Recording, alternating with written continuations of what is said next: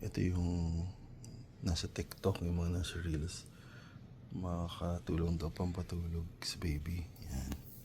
So, parang yung nagtatap siya sa puwet ng gano'n. Parang ganyan concept. Pero, yung remote control niya. Ito wala naman. Ito yung may machine. Kapag tinignan mo, parang kakaiba eh.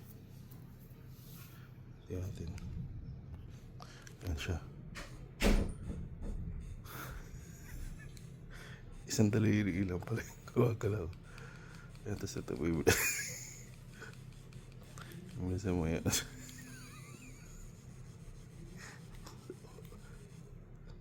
oh. Ito siya, pagkaganyan niya siya. So, physically,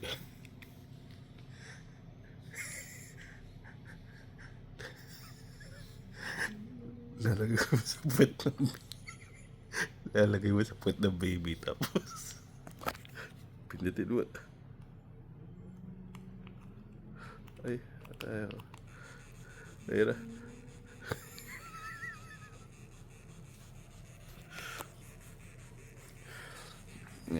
Yan siya.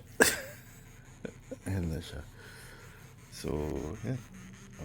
Makakatulong sa pampatulog ng baby nyo. Yan, iwan mo lang ganyan.